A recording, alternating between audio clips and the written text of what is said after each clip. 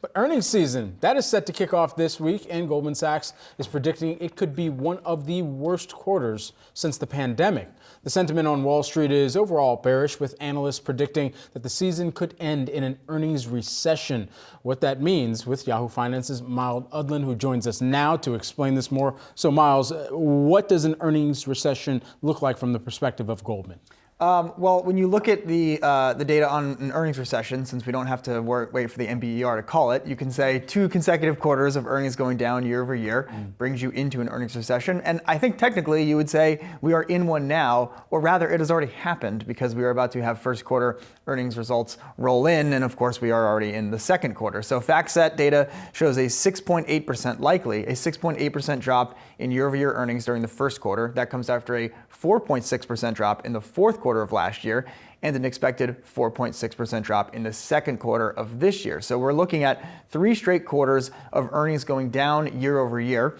Obviously, we are lapping some tough comps, and really the question with all this stuff becomes, one, have we priced in enough? Barclays, we can get into this chart in a bit, is suggesting we have not priced in enough earnings regression, let's say. But I would argue that what we saw in the stock market last year was getting ready for what we're seeing in the results now. But that's sort of that's why they have a market, to have that debate. That's why they have the market. Right. And we figure out what the hotness is in the market every day. Yes, I know. I didn't know what to say there. Hotness is the word that came Close enough. Hey, it's fine.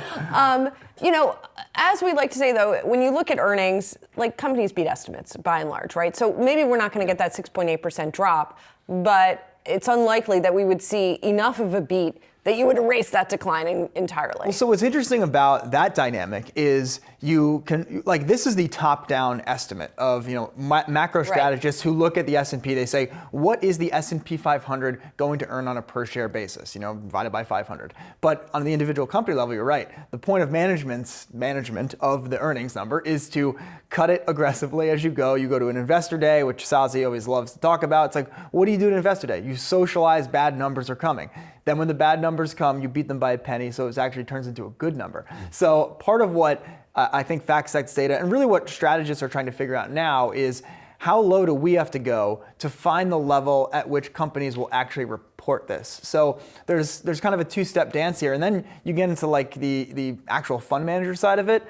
I think people who are betting on a bunch of individual stocks will say, well, I already know that's going to happen. So I've already written these down. So my question is, to your point, Julie, what does this guidance look like? How do they manage and massage that kind of number? Well, and FactSet has data on the guidance too. Yeah. And the guidance is not good. There have been a lot of cuts, which might mean it sets us up for a good earnings season. Yeah, so we've seen, I think the number's 106 companies in the S&P 500 cut their guidance so far this year. Usually you have closer to 75. So cutting guidance is not an unpopular thing to do. There's, people take business school classes on how, and I think they teach this, they take this offline, but how you manage the number around the way you speak to the market. And so, I think the thing with earnings season is, one, it's sort of a weird construction. It's just companies reporting numbers. It's not actually fun, but we think it's fun here. And 2, because there's more popular narratives around this earnings period, management teams have become very adept at finding ways to always frame it as a positive. But